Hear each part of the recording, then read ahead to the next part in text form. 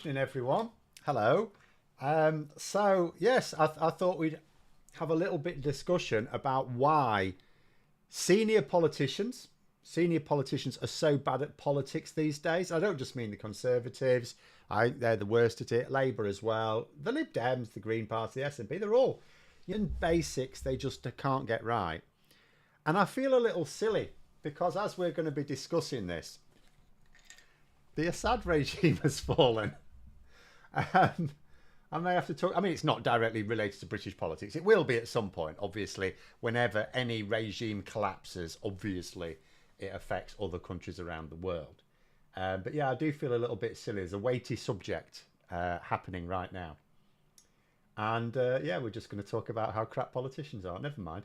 Actually, there was one little comment I just saw somewhere that was relevant. Where is it? Oh, it says here, it's Stephanie. It says, my answer to Phil's question is because they live in their own privileged bubble and do not understand how the rest of us think. Well, the thing is, like, everyone lives in a bubble. Everyone. You know, the most ordinary person just lives in a bubble. Everyone does. So how, whereas when you're a government, you're supposed to understand lots of bubbles. You know, each of us lives in, even if you're like, you know, have an inquiring mind and you like to read about the lives other people are living and so on, you still live in that bubble. But you can research how things are for other people, and the government should do that, and political parties should do it, and indeed do it, because they carry out polling. They do focus groups, then they do more detailed polling of like they find out who their key voters are, they find out about them. So none of this is really an excuse. The fact that everyone else has a different life. You know, no politician, doesn't matter how down to earth you think they are, even MPs who have known tough times. There are obviously MPs who have known tough times. You know, quite a few in the current cabinet. Remember, we have now, for the first time in history, got a cabinet where no member of it went to private school. Not a single one. All state educated. So, and I know Keir Starmer's school became a private school when he was still there, but he was state educated still. He didn't pay the fees, and it was state school when he entered it. So basically, yeah, all state educated. But, you know, you're supposed to find out how other people are. And it's like, you know, you just look, I mean, wherever you look. The reason this has sparked this, by the way, admittedly was the Tories, because if you think back to, so when Labour came to power, what did they do, first of all? In terms of polling, because how do you measure the success of a political party? It's polling. It's really that simple. And Labour, I don't think, should be so glib about their current polling. It is true that you might expect your polling to, you know, if you've come in and you're going to basically shake everything up and you're going to make loads of changes, and some of those changes aren't going to be popular, but you're convinced they're going to come good in the end, then absolutely you're going to take a bit of a hit. However, some of them have been unnecessary. The winter fuel allowance thing has created a massive storm. For what? Saving a few, not even really. If they'd have, see, they could have made it means tested, but made sure all of the poor pensioners ended up getting it. In which case, and it was possible to do that, in which case all they saved was like $500 million. You know, the inheritance tax for farms is absolutely mad, because they actually could have raised more tax without hitting farmers at all. That's what's mad about that to me. See, the winter fuel allowance and the bus fare thing, you can think it does save money, and it's money they think they can use better somewhere else. The bus fare cap, I'm not sure about. The winter fuel allowance, I am going to say, is 100% not worth it. But the inheritance tax thing, they could have raised more and not touched farmers. That is mad. And the thing is, what's happened with all of these policies, it's not like, see, first of all, straight away, Keir Starmer and Rachel Reeves have failed to see the political danger. So their political instincts weren't good enough. But it's beyond those two, because each of them has advisors. Rachel Reeves has advisors. They all went along with it. Keir Starmer has advisors. Everything that the Treasury is going to announce in its budget, absolutely anything, will go through Downing Street as well for approval, right? Now, he's not sort of breathing over her neck while she's doing her stuff, but they, contentious things will go for approval to Downing Street. That means all of Keir Starmer's advisors, maybe some raised objections, but the considered view was, yeah, this is fine. And obviously, I spent some time when Rishi Sunak was the leader talking about, how he was just getting such basic things wrong. Like, it was really obvious at the time the cost of living crisis was the number one issue. Number one. Cost of living crisis, followed by the NHS. Then, because of the way the Conservatives had created the conditions for it, immigration. So if Rishi Sunak wanted a crack at winning the election, he had to deal with those three things. So then you look at, so what did he do? Cost of living crisis. What did he do to ease it? Nothing. He actually advocated wage suppression in order to try and bring inflation under control. So he actively made the cost of living crisis worse. He allowed energy bills. Like, I was having someone who was going on about Labour making pensioners poorer by removing the winter fuel allowance. And I said, well, they've actually made some of the poorest pensioners a lot richer. Well, they're not rich, but richer, because they've had a massive drive on getting them the pension credit. That's worth thousands a year. Thousands. So they've actually made some of the poorest pensioners a lot better off. But that's not coming through on the news, and nor would it. You wouldn't expect the Tory media to talk about that. But my answer to that is, so you're having a pop at Labour for removing £200 worth of energy payments from a few million people.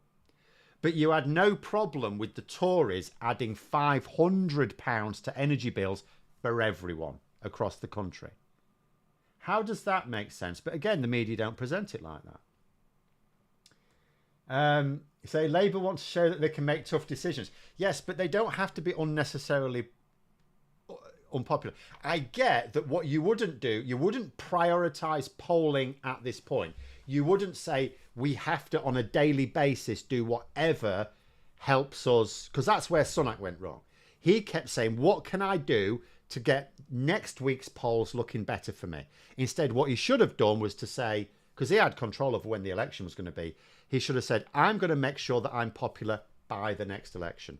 So he had to tackle the cost of living crisis. He actually made it worse. He had to tackle NHS waiting lists. He made them worse. Immigration, for goodness sake. He probably couldn't do a lot about that, to be fair. But what he did do, again, made it worse. Because he said, he put the focus on the boats. I'm going to stop the boats. So that put the focus on the boats. He wasn't going to stop them. He didn't do anything to stop them. If you wanted to stop the boats, it's really easy. Do you know what you do? You just build a processing centre in France with the French authorities' full permission. You pay for that. And then you process claims there. Admittedly, you'd need quite a lot of facilities there to do it. But if you want to throw money at it, that's what you would do. It would have been a lot cheaper than the money they threw at Rwanda for sending no one. This is what is going on now. Amongst the 700 odd million pounds they spent on the Rwanda scheme, that's not including, by the way, the salaries of civil servants who were working on it that could have been working on something else. That's just the extra amount of money spent on it. 50 million of which was on planes that took no deportees. It took what was it? I think up to half a dozen volunteers. £50 million. Anyway, go through some comments. Ivan actually just think the thing about the Tories wanting to get rid of the triple lock is the biggest ever own goal. Well, okay, so this is what prompted it today. I haven't just woken up today thinking, oh, politicians are a bit thick these days, aren't they? It was the thing that tipped me over the edge was actually this thing. So this is how mad it is. For those who don't know, I did do a video today. For those who don't know, Mel Stride, who's the Shadow Chancellor, so he's the Conservatives.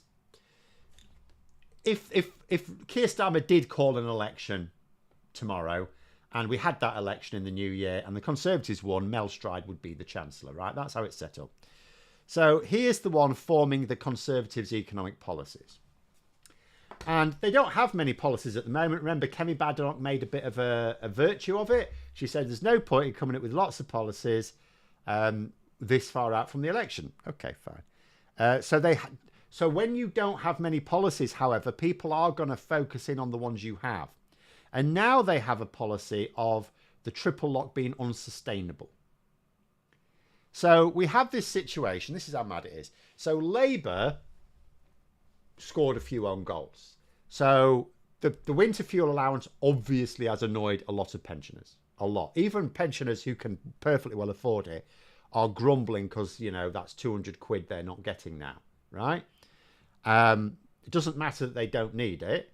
I know some who don't need it, and they recognise they don't need it, but they're still grumbling, right? And so that's obviously annoyed a lot of pensioners.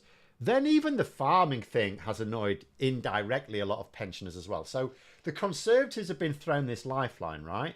Oh, Labour have shit the bed with the pensioners. We need to now segue straight into it. We need to get into that. And then you think, okay, so what they need to do is to announce some policies that are very appealing to pensioners, because the Tories do want to. Labour can afford polling to look pretty ropey for a few years. The Tories can't, or Badenoch can't. Kemi Badenoch, even within her own party, there's not a lot of confidence she is going to make it to the next election.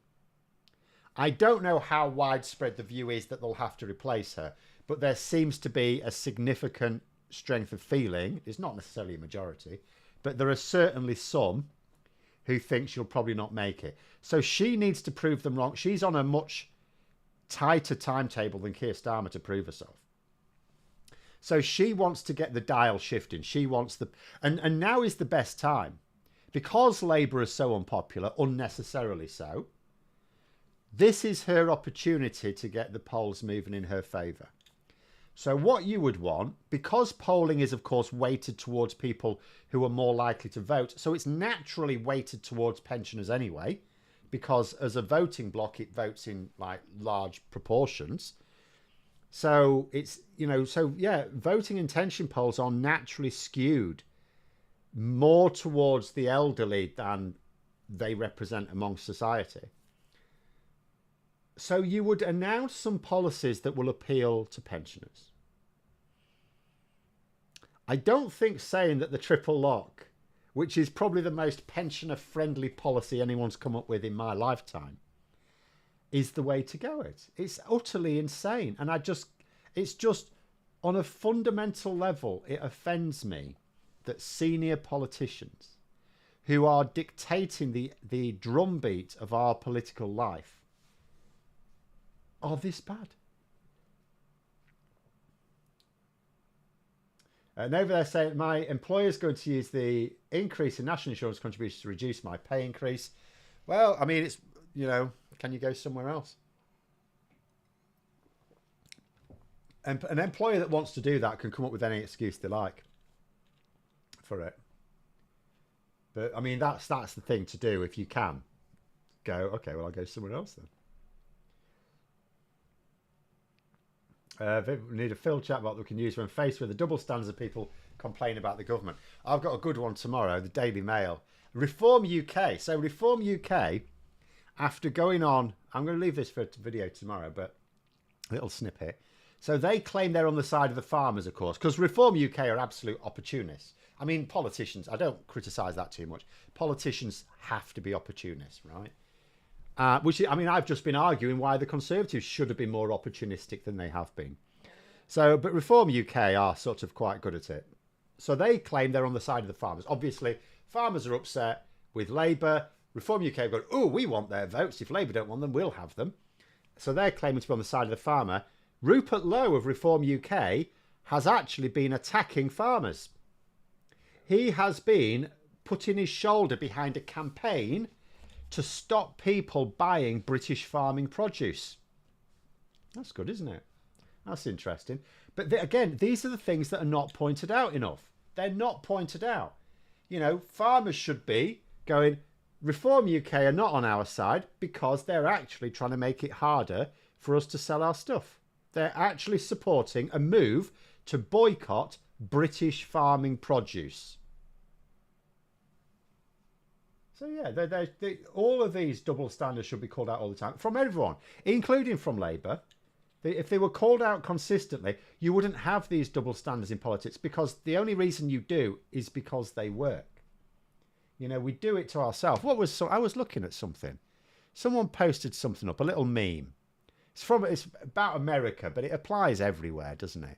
Where is it now? Yeah, this is a meme. It's about America, but it works everywhere. It says, okay, so you elected a billionaire that is appointing other billionaires to fix the system that made them billionaires. You're a special kind of stupid, aren't you? But people are like this because it's not really stupidity. It's like no one's pointing this out to people. No one is pointing it out. It's like I talked today when I was talking about the pension triple lock. The Telegraph article that's trying to get people to go along with this idea of it being unsustainable was, you know, coming to the conclusion, oh, well, we've got this falling birth rate and we've got this expanded retired population. So, yeah, I mean, we have to abandon it. You know, it's like it doesn't say it directly, but it leaves it unread that the only option is to reduce the pension bill, the cost of pensions to the state, which basically tacitly means reduce the size of the state pension. But then you think, so... and you think, but is there another way to do this? Is there? Because there's other countries that also, have a large retired population. And they pay, their state pension bill is higher than ours per capita. So is maybe a few other ways to do it. And over there saying, what's my thoughts on the Arlo milk coming from drugged cows? That's the rumour. So this is related to the bovine, isn't it? This is what I was alluding to for the video for tomorrow. It's basically a confected row. It's a classic case of Daily Mail presents headline, shocking headline, and then in the article, it's a really short article. It's like they have to fill it full of pictures. It's that short. It's like it was written by a 5-year-old. But in the article, it basically says that the headline's a load of crap. You know, so you've got this. I'm not going to go on too much because I'm going to do a video on it for tomorrow. But again, it's a warning about reading newspaper headlines, especially if there's quotation marks in it. And there's 2 sets of quotation marks in this Daily Mail headline, because they always put quotation marks around things that aren't true. Technically, they put quotation marks around things that they're quoting of other people, which they do not have the confidence to know is true. But in reality, mostly it's because they know it's not true. But yeah, I mean, there's some talk about taxing land. Taxing land, for me, is the way to go.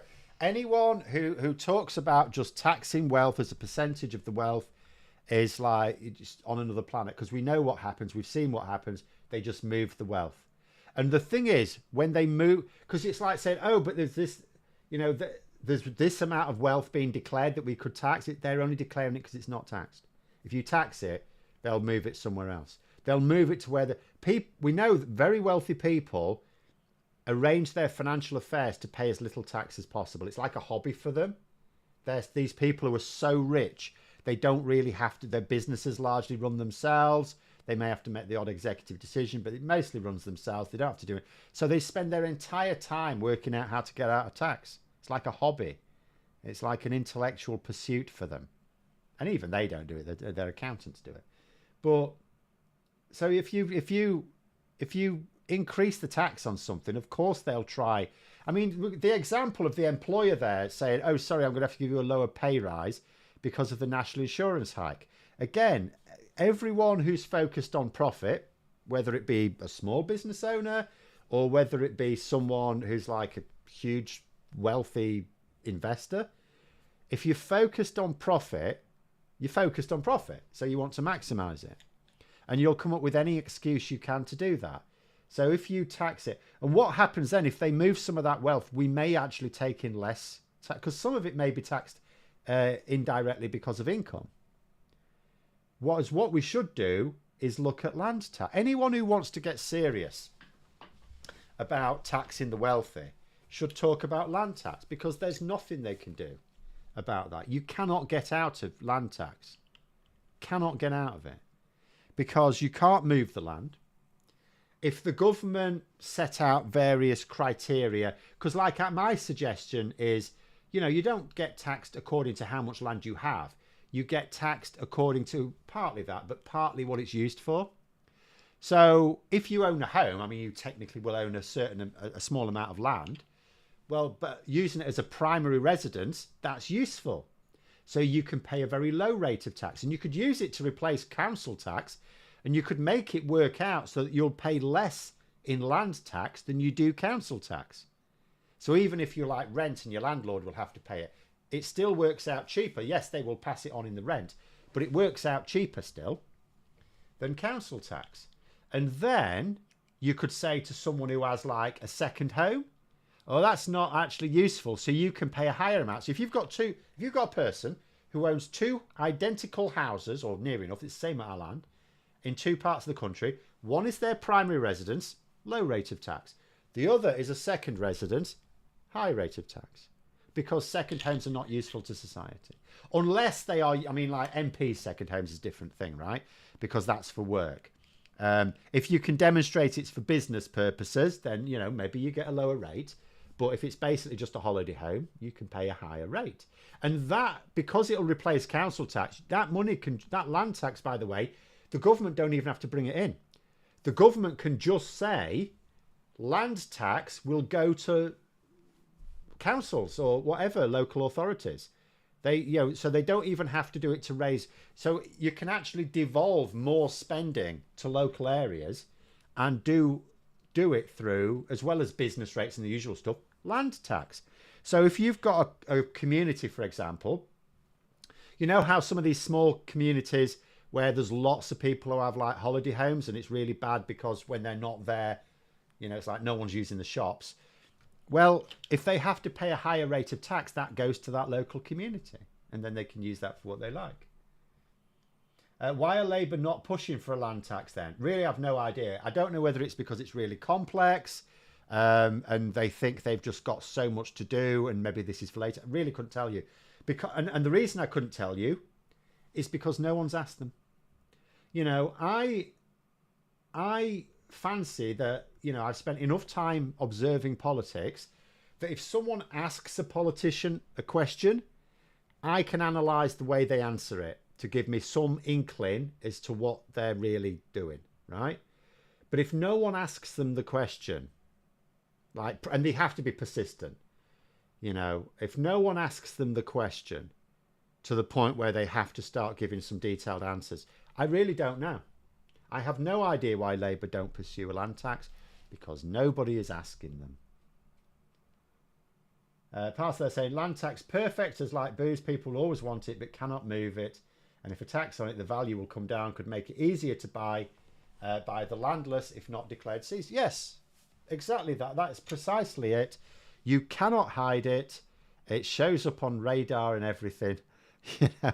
You can't hide it. It's there. Ownership is known. Who owns this land? You're paying for it. Who's the person responsible for this? You're paying for it. And the thing is as well, for people trying to fiddle what the land's for, if they try and lie, who are the people who are motivated to lie? It's not ordinary people. Ordinary people don't own land. At most, an ordinary person owns a home, and that's their home. Why would they lie? The lowest rate possible will be on a home, so they'll say it's my primary residence. The only people who will lie or want to lie will be the people who have a lot of land. And because it's a lot of land attracting a lot of tax, it's worth it for the authorities to get in. If they don't think it's true, what they're saying it's for, it's easy for the authorities to investigate because it's well worth it. It'll easily pay for the cost of the investigators, in the extra tax if they turn out to be lying. So it is absolutely perfect to do that, and I really don't know why they don't. And land that's sitting idle, my beef at the moment is grouse moors, things like that, waste of space. Golf courses should attract a high rate. You can have one golf course per county. A county can nominate a golf course that's like the county golf course. All of the golf courses should pay more. They're hideous. But there we go. My Labour MP voted against PR. What should I say? So just open up a conversation. Just ask them why, and then present. You know, if they come out with some arguments that aren't quite true, just have a back and forth, nice and civil. Don't have to, like, you know, just have a back and forth. Say, I noticed that you voted against the concept of electoral reform. You can even bring in Labour's official position. Let me get it for you again. I should. Oh dear.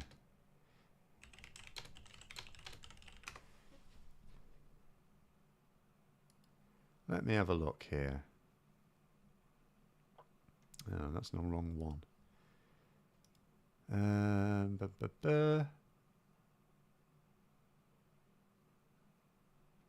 on a minute. Right, okay.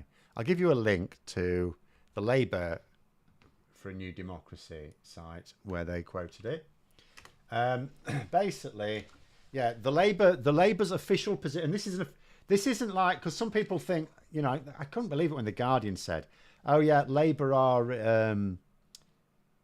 you know, officially in favour of PR because of the way the conference voted." It's like, don't be stupid. Conference votes have no bearing on Labour policy. It's just an expression of what the members want. You know, it's not.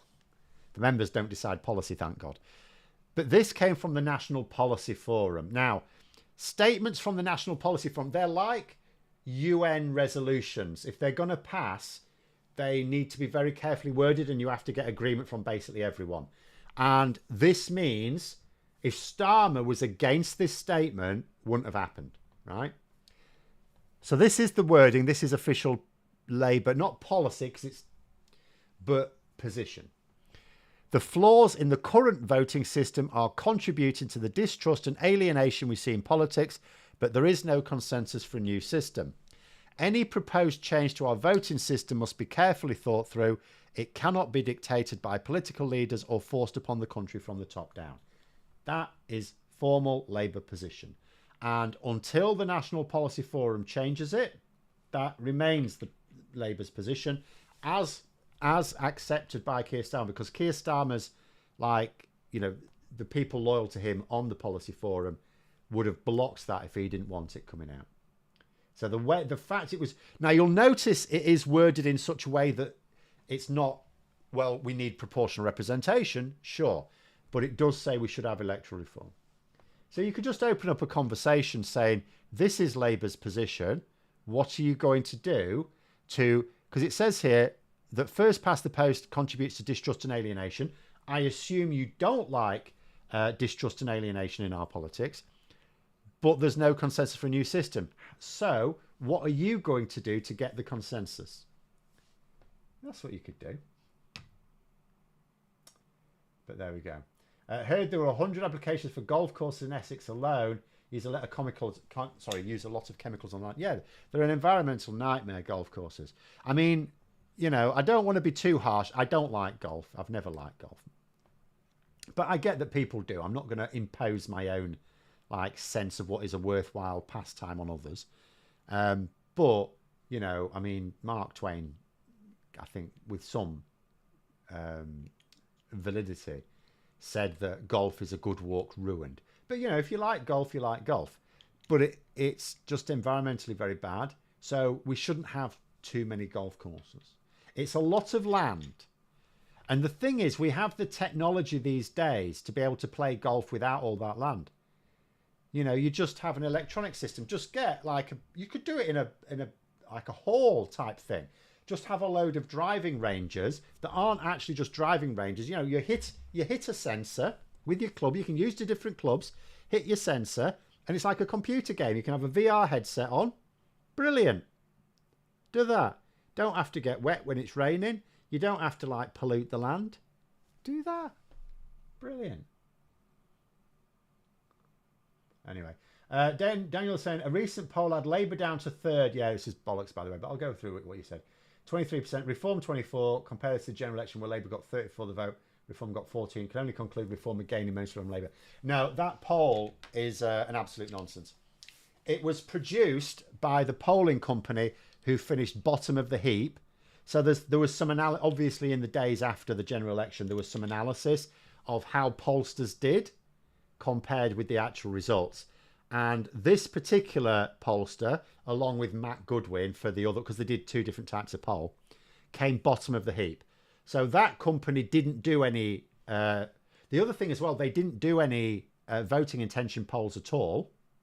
Matt Goodwin's outfit came bottom of that. They did do MRP polls, and they were like the least accurate. So that will be absolute nonsense, by the way. There's a couple of problems here. First of all, because there's not a lot of voting intention polling going on, because remember, voting intention polls are commissioned by people. There's not that many people all that bothered at the moment. So there's not many people commissioning them, which means we don't have a lot of polls being produced, which means that every time there is a poll published, it gets a lot of eyeballs on it. And there's no accounting in the media for whether it's a good pollster or a bad one. Reform are not going to get 24% of the vote in any reality, ever. But I say ever. If the Tory party collapses, maybe it would then. But, you know, in terms of for the next election, not a chance, right? But the other thing is, and this has been happening for a few years, online polls particularly are inflating Reform UK share of the vote, and they've been doing it all the way through and including at the general election. Let me try and find something. And that happened at the general election as well. Now, sure, there was quite a bit of inaccuracies amongst multiple pollsters when you looked at the actual results compared to the general election. But Reform, every single pollster, this is for voting intention polls, by the way, not MRP polls. Every single pollster inflated Reform UK's vote. Ipsos were one of the closest, and Ipsos are quite good at it because they don't use online polling. The online pollsters were the worst, looking at it. Actually, YouGov weren't bad. YouGov weren't bad either, but they had manually adjusted theirs as well. So were they polling for Reform HQ? They may well have been. I actually don't know because I didn't see the actual poll itself. I only saw the results. I usually, when I see poll results, I usually look for the poll because I want to see, you know, the details in it, right? I don't just take headline results at face value. But when I saw who'd done it, I thought I'm not bothering because find out now, along with electoral calculus, in terms of MRPs, were bottom of the heap. You know, sort of electoral calculus, find out now, because they are the... Don't get me wrong, electoral calculus, they do some really good stuff, and I said this before the election, they do some really good stuff. Polling is not one of them. They try and do polling on the cheap. They try and do large-scale analyses with small samples that they're too small. And they think they have this wondrous way of doing it, and they don't. It's just bad. So, yeah. They got it all wrong. Even the exit poll overstated Reform. I don't remember that. I'll take your word at it. That's an odder one because that doesn't take account of... that's not online polling. So I'm not sure why that would be. But there is certainly some sort of bias, unintentional bias built into online polls where Reform are concerned. But 24%, you know, if a pollster says Reform are on 24%, it's like you just instantly go. I mean, I'm quite happy to look at the details if someone, you know, pressed me on it. But it's like, it's not happening. It's utterly ridiculous. But that is not to say that there isn't a problem with Labour's polling. There is. And they should not be, you know, their attitude is, well, it's because we're doing all this unpopular stuff at the moment. And, you know, we'll become more popular when we start to see the results. And that's fine. And that's true. And you know, people have pointed out, quite rightly, that it's not unprecedented, this. There was a politician who became Prime Minister and then instantly collapsed their poll rating. It was Margaret Thatcher. And she went on to win 3 general elections in a row. Or was it 2 further ones? She'd already won one, so it was 2 further ones. So there is, and maybe they're buoyed by the fact that it's not an iron rule of politics that if your popularity crashes in the first year of government, that you're snookered in the next election. You can still win it handsomely. And I would say part of the reason Thatcher won, remember, people will sort of say the Falklands. I'm sure that buoyed her up. Also, Labour ran a very bad campaign. I think the Tories will run a very bad campaign next time. I don't think Keir Starmer's going to get involved in any wars. But there we go. Right, with Labour going ahead with renationalising the railway, or the train companies anyway, will this force Labour to finally confront sea level rise and climate change preps? Cannot just be done locally.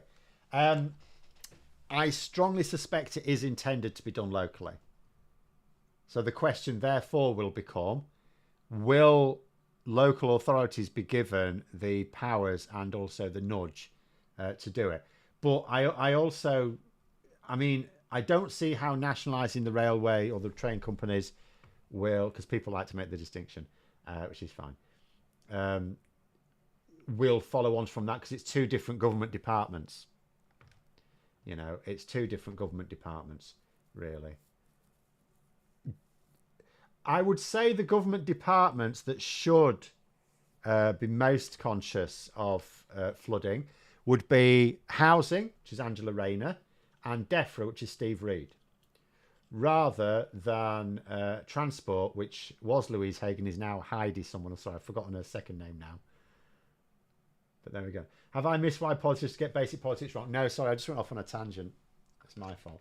I was the point where we sort of left off was this idea, politicians and their advisors, whatever background they used to have, they're now quite well off and they don't understand, the cost of living as it's lived now. They may, like even Angela Rayner, who clearly has struggled in the past.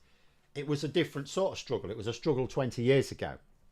She doesn't, and it's very different now. The pressures 20 years ago are very different to the pressures now on people. So no MP really, unless they've just become an MP after becoming unemployed, after being poor, no MP really understands that. And I don't think, Heidi Alexander, thank you. But I don't think it's as simple as just saying because they don't live that experience, they can't understand it. Because politicians, particularly advisors, they're paid to understand it. And you can understand it. All you have to do is ask people. They poll people all the time. They have to poll people in order to get a working strategy going. And Labour have been very good at it. This is why I can't understand why Labour make these are basic errors of politics. They're not, things like the winter fuel allowance, things like the Tories, attack on the triple lock, pension triple lock. These are not problems with not having lived that experience. Because no MP has the lived experience of a pensioner managing on the state pension. They're MPs. They're getting paid an MP's salary. And even when they're not, when they retire, they will be getting an MP's pension. So they never have, or no MP ever can have lived realistically as a pensioner reliant on the state pension. And yet, you don't have to. You just need to find out, what. I'll give you an example. So, back in Victorian, I was, sometimes read things of interest. And back in Victorian times, there was this big study done in some part of Scotland. Can't remember which one of the 2 big cities, I think, where it was finding out about the expenses of people like poor labourers, right? People on the lowest incomes. And it was working out, it was particularly focused on their diet, what food they were eating, people on different levels of income. So, even back in Victorian days, you were having quite detailed studies of the way people were living their lives. The same thing absolutely happens now. it's like they're not very good at analysing it. That's what it seems to me. Because Rishi Sunak will have been getting lots of detailed polling. His team will have been getting lots of detailed polling. Why wouldn't they? They're not paying for it. They're just no good at analysing it. They can't analyse it. That's the problem. I think the same's true of Labour. They're just making such basic errors. I suppose with the winter fuel allowance, it's not that I think they can read polls, because you wouldn't poll for something like that. I mean, they just announced it.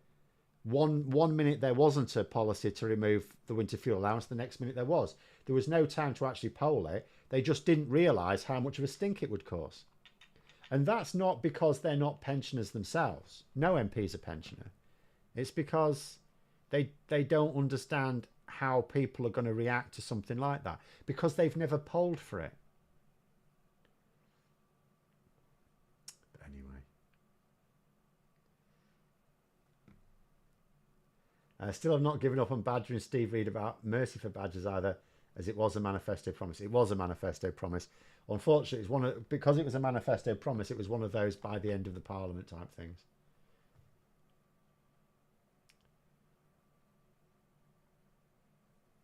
John, they're going to international news. So this week, Russia has suffered the worst casualty of the war. Syria's collapsing, and Georgia and Romania are both kicking back. Yes. Putin is having a very rough time. Not rough enough, in my view. He wants to be in The Hague. But, I mean, yeah, the thing about the Syria thing, I mean, people are pointing out. So, I mean, people who remember when the Arab Spring kicked off and Assad only survived then because his mate Putin came in and phosphor-bombed, civilians. Oh, not a word from the tankies, by the way. Not a word from them. Not a word from what's going on about them, what's going on now either. But, what it gave Russia was a warm water port. That's why it was worth their while helping Assad out. Because that's what, and for those who remember, yes, Prime Minister, that's what Russia didn't have the Soviet Union didn't have at the time. But Russia did have until today a warm water port. Strategically important for them. They've lost it. And not a single threat of nuclear weapons, you'll notice. So why is it that they'd threaten nuclear war against Ukraine, which isn't really of strategic value to them? It's mostly because they want to exploit its resources. So it's just about wealth. And they won't threaten nuclear weapons to defend their only warm water port. In terms of going back to the railway thing, because railway lines are threatened by sea level rise within 10 years, yeah, sure. But it's still nonetheless, it will be considered a DEFRA or a housing problem, not a transport problem. That's just how it will work in that department.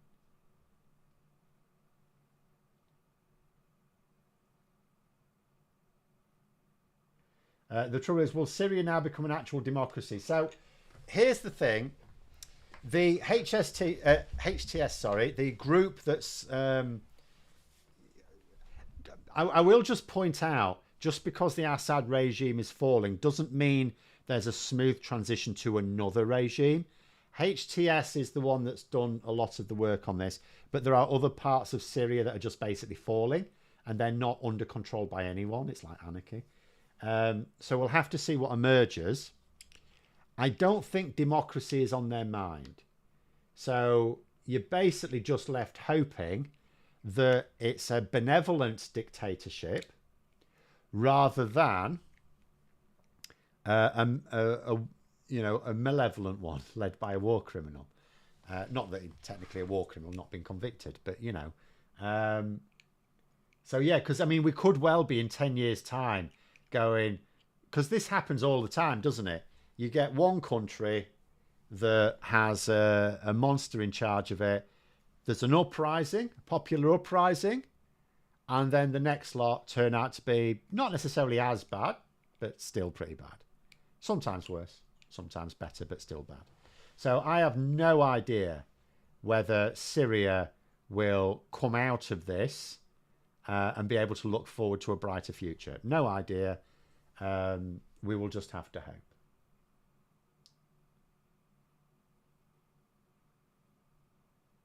But I strongly suspect democracy. The thing is, when you've had in the past various Western alliances. When I say Western alliance, I basically mean America and us and whoever's silly enough to join in, trying to impose democracy, like we tried to impose democracy in Iraq and things like that. It's like it doesn't work if people aren't ready for it, if they don't want it. Democracy, because the thing is, the downside, it's like Winston Churchill was something like, what did he say? Something like, democracy is the very worst form of government apart from all the others we've tried. There are so many downsides to democracy. Most of the problems we have in politics are because the government are beholden to the public, who make little to no attempt to understand the issues, and the media are not helpful. But it's better than a dictatorship, because if you have a wise and benevolent dictator, okay, fine. But even a wise and benevolent dictator still needs its barons, basically its feudal system, to maintain their power, and therein lies the corruption.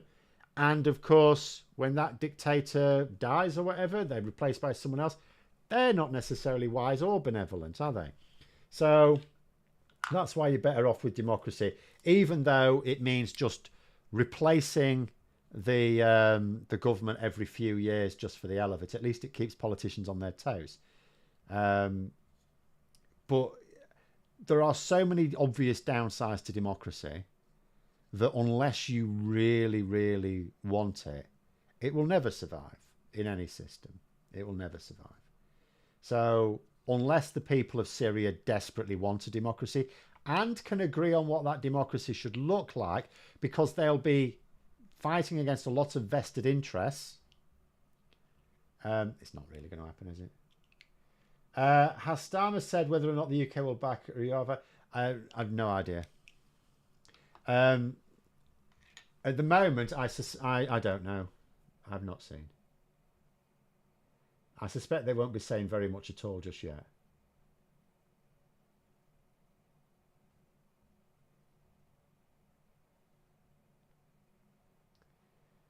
Anyone who was opposed to Syrian refugees settling in Europe now saying Syrian refugees can now go home was tacitly admitting that they had a right to be in Europe. Yes, there is that as well. Also, I would say, although I have seen various comments from Syrians in Europe saying, they're hopeful about going home now, I don't think right now is necessarily the best time to do it. We will have to see.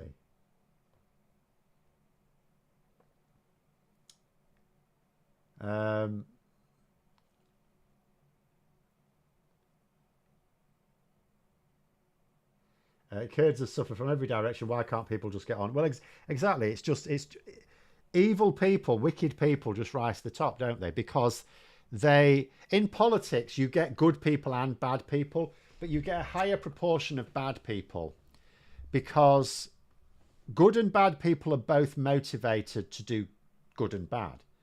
But if you're a bad person, the easiest way to satisfy your selfish needs is through politics. Whereas if you're a good person, there are lots of ways to do good. Politics is just one of them. And to get to the top in politics requires an awful lot of, motivation. You have to be highly motivated. And I just think there are too many outlets for good people to do good works that aren't, wading through the cesspit that is politics. So I just think it naturally creates a situation where you get a higher proportion of really nasty people in politics, whether it be, it doesn't matter what politics, democracy or dictatorship or whatever.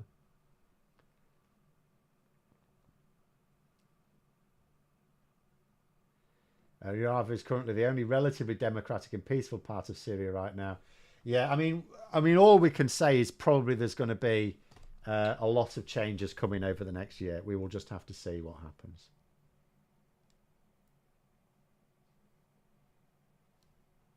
But it's, I mean, in the end, although this has built up for some years, it has, HTS have been quite clever in the way they've sort of built bridges with communities and built themselves up and made themselves into, an organisation that could actually run a military and a government. In the end, it's happened very quickly, hasn't it?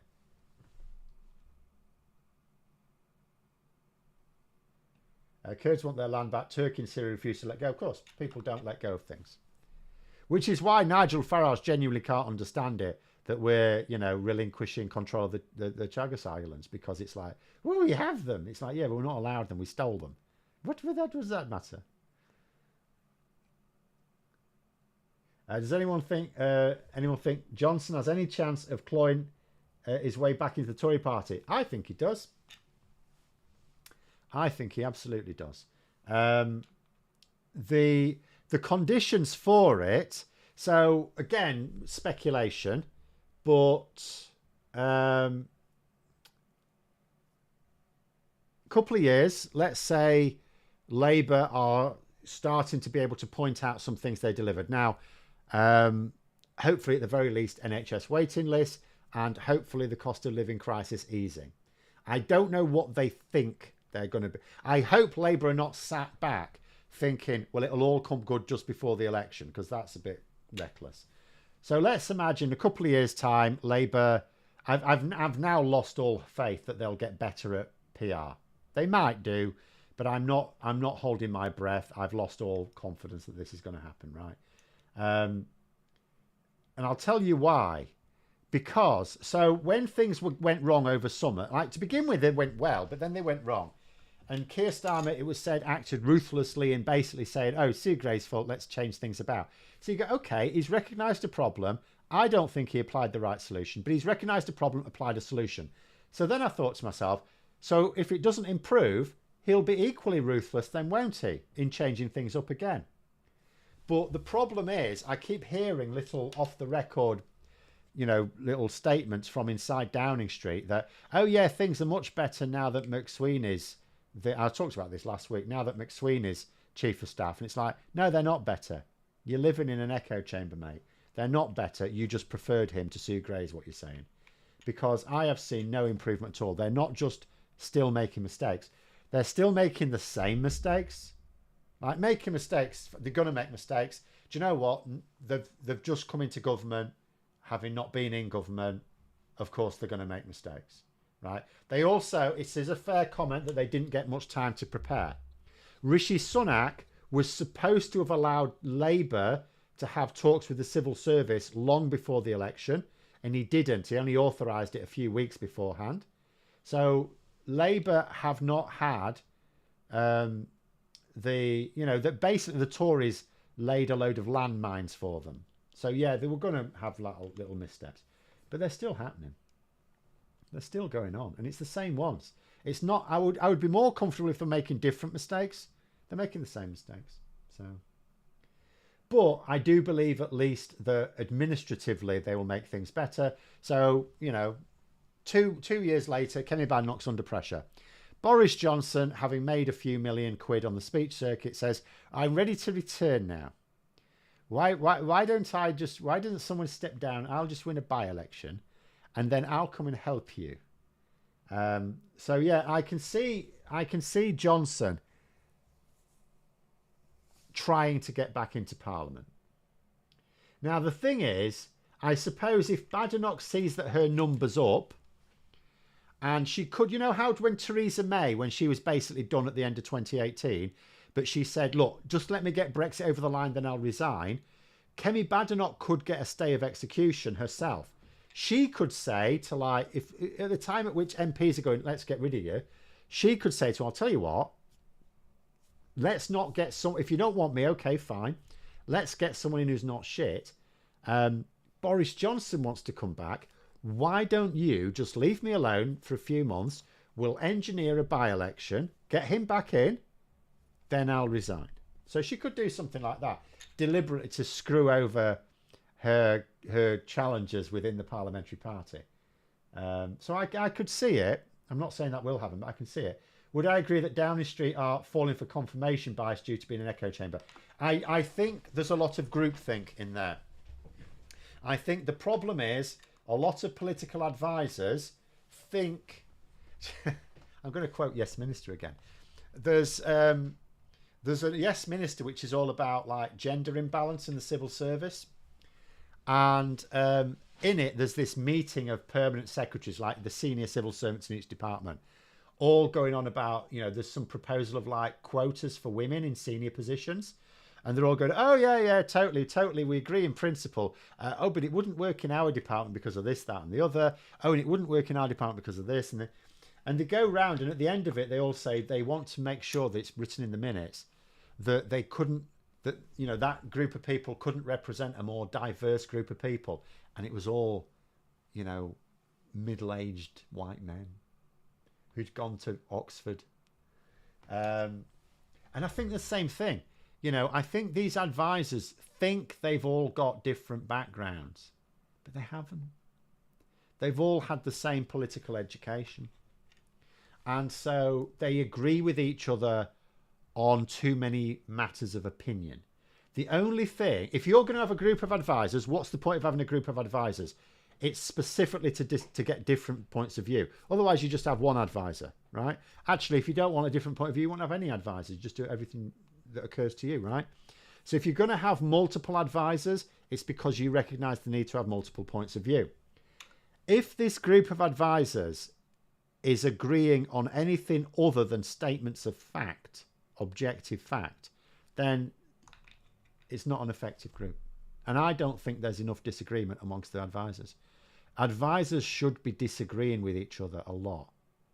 And the Prime Minister should be listening to those disagreements and then decide which opinion he goes with.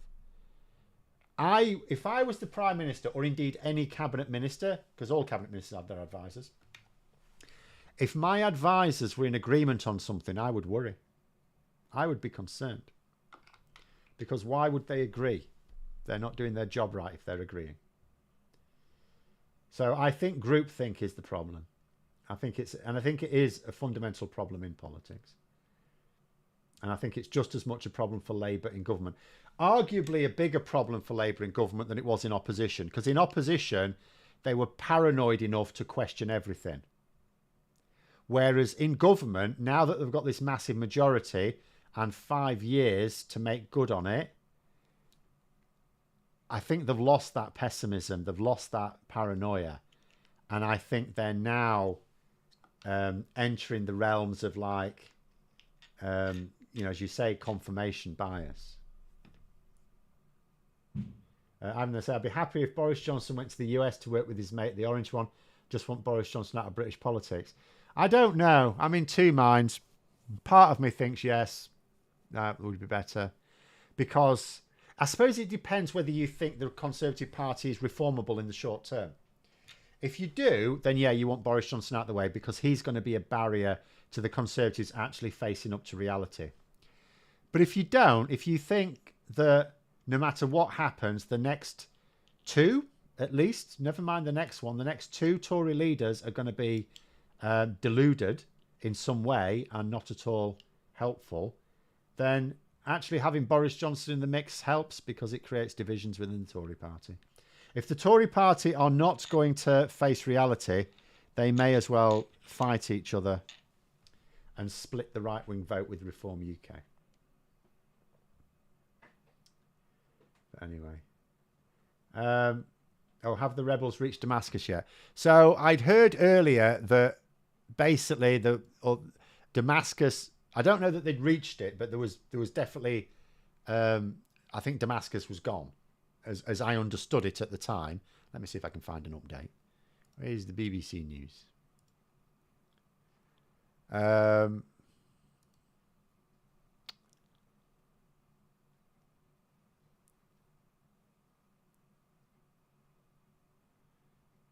Yeah, I don't know.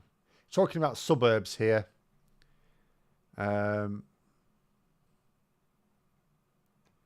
So I don't know that, you know, Damascus has, it says Damascus suburbs have fallen to the rebels, but not necessarily the whole of the capital at the moment. Have I done any Mythic Plus this season? No, I'm not doing Mythic Plus anymore. For those who don't, this is World of Warcraft thing. So at the moment, I'm bouncing around a few games anyway. At the moment, I'm playing quite a lot of Diablo 4. Or Diablo 4, whichever way you would want to say it. But I don't pug. And because I don't play with people I know, and I haven't done since the beginning of Battle for Azeroth, I don't do Mythic Plus at all. I just do LFR. It's the only group stuff I do. The odd dungeon every now and then, as rarely as possible. I'm super casual now. Yeah, I saw something about reaching the suburbs. Yeah, that's what's on the BBC update at the moment. And no one knows where Assad is. They're denying he's fled. Well, put it this way. Either he's fled or we'll find him hanging from a lamppost tomorrow. Not that I'm in favour of such behaviour. I want him in The Hague as well. But there we go. How's the VR going? I like the VR set. It's very good. There's a little exercise thing on it, boxing thing. It's very nice. Should have had it years ago. Although it was probably crap years ago. But there we are. I'd love to see the end of Assad, but fear they'll get even worse in his stead. Well, I think it's hard to say they'd be... I mean, they could. Who knows? But Assad, he was so bad. It's one of those things where I'm not going to say, oh, the future will definitely be better for Syria. But there is a chance it will be. And it was hard to imagine someone actually being worse. I suppose, in theory, not impossible. But someone who would invite a foreign power to phosphor bomb their own people, yeah, I'm not going to do anything other than celebrate their downfall, if I'm honest. But there will be huge changes, because it's not just Assad. His entire family has ruled Syria for over half a century now. That's right, isn't it? It's about 50 years, I think. So, you know, it's definitely going to be very different. We will just have to see if that different is a good different. And if it's a good different, that it stays a good different. Because it's a bit like Hong Kong, isn't it? To begin with, you know, when that went back to China, it was like, oh, this is all right, this is all right. A few years later, oh, this is less all right. And then last year, it was like, yeah, this is on, this is not on. So we'll just have to see. Will Assad flee to the UK? Isn't his wife British?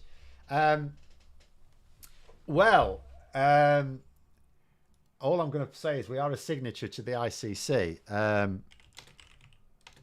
And if there isn't already, there may well be an investigation into him.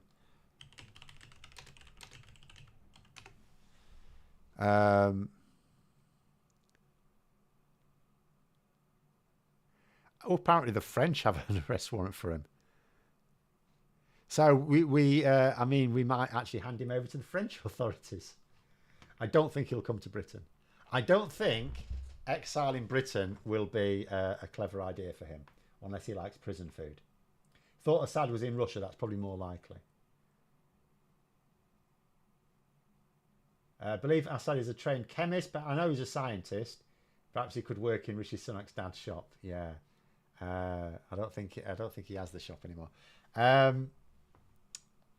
don't think he's coming to the UK, in all honesty. But anyway, there we go.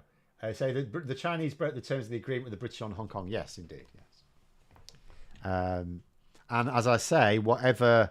Because obviously, it's not a simple case in Syria of Assad goes, you know, HTS take over. There's parts of Syria that may want to do their own thing. We will have to see what emerges. You know, there's still a lot of, you know, mucking about to do. If they are able to persuade the whole of Syria that actually they're going to sort of govern in their interests. Again, we'll have to see how serious they are about that.